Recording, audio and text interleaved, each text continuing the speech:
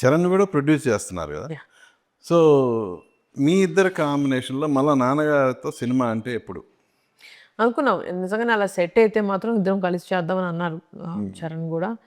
So చూడాలి, ఒక మంచి స్టోరీ అదొక సెట్ అవ్వాలి అయితే మాత్రం మోర్ దెన్ హ్యాపీ.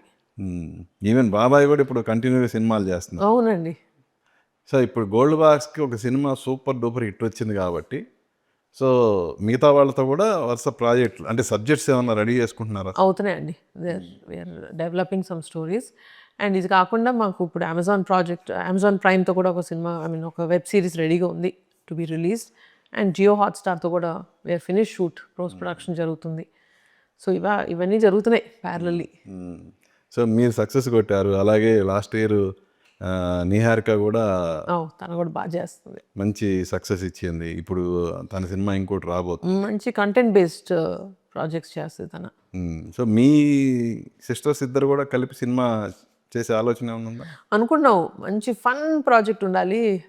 తన ఐడియా ఏంటంటే ఫుల్ ఫ్లెడ్జ్డ్ కామెడీ ఉంటే అది బాగుంటుంది మన ఇద్దరం చేస్తే అని అంది. సో మేబీ అలాంటి స్టోరీ డెవలప్ చేయిస్తే విల్ డూ ఇట్ టుగెదర్.